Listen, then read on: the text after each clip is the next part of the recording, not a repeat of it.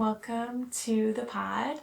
My name is Jenny, and if you're new here, on this podcast we explore the connection between land and human and how we can take the teachings from nature into our lives to deepen our relationship to ourselves and how we show up in the world around us.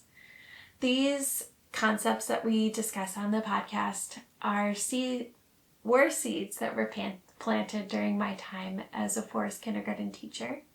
And I feel like now they're ready to blossom in a new and different way than I was expecting. So if this all sounds interesting to you in any way, I hope you stick around and continue to be a part of our community.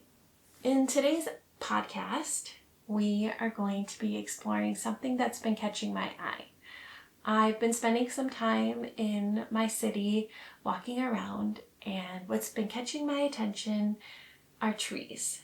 But maybe not the type or like the aspect of a tree that you might be thinking. It's not the branches that normally I would definitely be drawn to. It's not the little seeds that are hanging off the trees right now. And it's not the roots, it's actually the bark. The bark has been catching my attention, and every tree has different types of bark, right? I've been noticing that. Some are really thick, some have deep patterns, while others are soft and some peel off. So in today's episode, I want to explore bark and the teachings that bark can bring forward into our lives. So, like I mentioned, bark isn't usually the first thing you think of when you think of a tree, but bark has such a crucial part for the tree's life. It's the protector. It keeps them safe from insects or anything that can infiltrate into the heart of the tree. So, obviously, like trees, we have bark. We have physical bark, like our skin.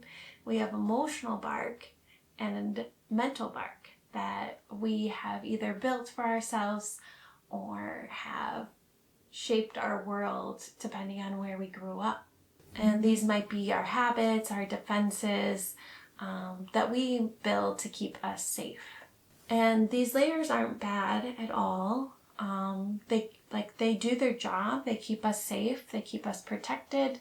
And they're oftentimes made for very good reasons. But the question I've been sitting with is what happens when we overprotect ourselves, overprotect and try to keep ourselves safe from the outside world.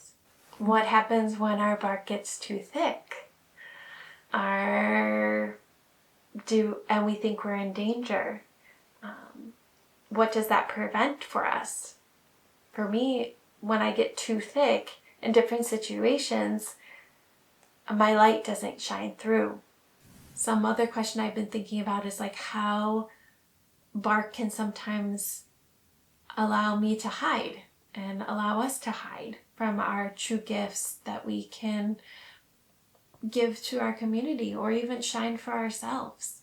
Maybe it's a hobby that we really feel called to, but because of thoughts or mental chatter or emotional layers that we've put in for our bark, we don't even allow ourselves to explore those aspects of us because of the stories that we might hear or the thoughts that might come up. So all of these have led me to think about my bark and the bark that I lead with. In some cases, I feel like my bark is pretty shaggy, flaky, ready to shake off, ready to create, ready to just be a part of the world. Other times I feel like my bark is really thick, especially in situations that I feel not as confident in. And that has led me to explore what areas I feel very confident in and what types of aspects those areas make me feel, and then what types of situations make me hide. For me, I always felt very confident and open and playful and so connected to my light when I was teaching, when I was outside with kids. I always felt like there was a flexibility in my bark, and a beautiful relationship between the energy between me and the child that I was working with, or the class I had, where my bark felt very fluid. It was protecting my skin, but I didn't feel so guarded in my mental chatter or my emotional being. It felt very much like I'm here for a reason, and I feel very intentional in the work that I'm doing with the children. Where in other aspects, I feel like my bark is very, very thick.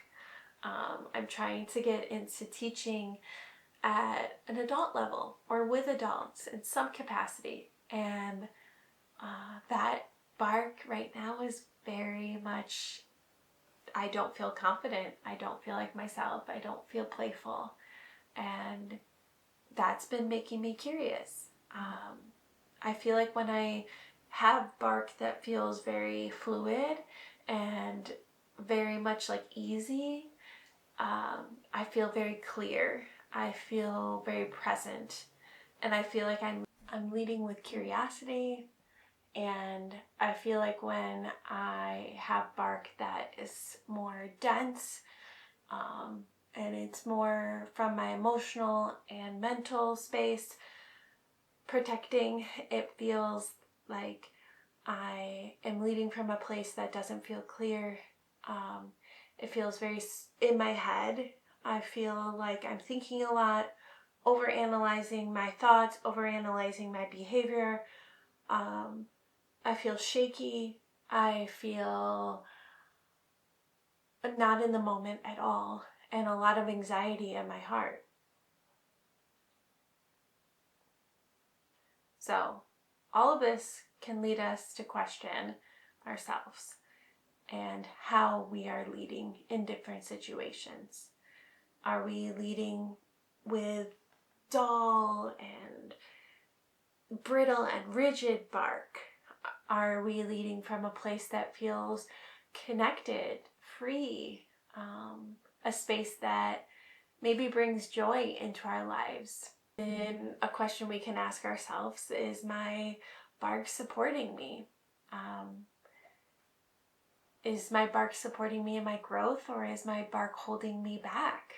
Ooh, that one hits me in a way that I have to constantly be reflecting on in so many different aspects in my life. And just a reminder, there's no right or wrong way. It's just all awareness. I think that's what land teaches us as humans, is that it opens us up to awareness and allows us to see with curiosity and without thinking so much about whatever it might be or what it means, right?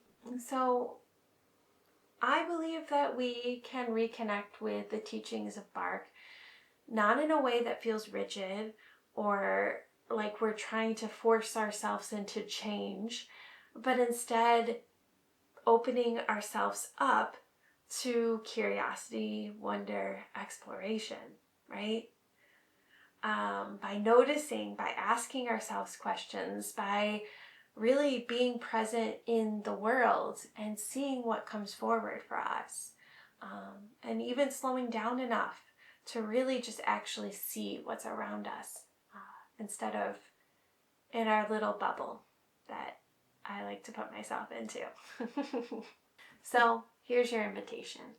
I invite you next time you're outside to really look at bark and to take at least just like 10 seconds. 10 minutes is a lot, but 10 seconds to really take a breath and notice the textures, the patterns, what you're drawn to, maybe the scars of the tree bark, the strength of it, and see what connects you to that tree.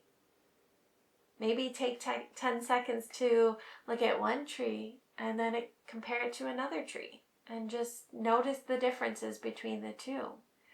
And then perhaps ask yourself, what bark am I wearing right now? if you feel called to. You can always leave a comment below with your picture if you can add that. I don't know if that's possible, but I'd really be interested in to hear what bark you are and what caught your attention on your walk outside. So this leads us to the end of our gathering today. And I'll leave you with this thought. Maybe bark isn't just our protection. Maybe it's a reminder that safety and growth can coexist, and that sometimes we're allowed to soften our layers so that our light can shine through. Thank you so much for being here, and I hope to see you again soon. Bye.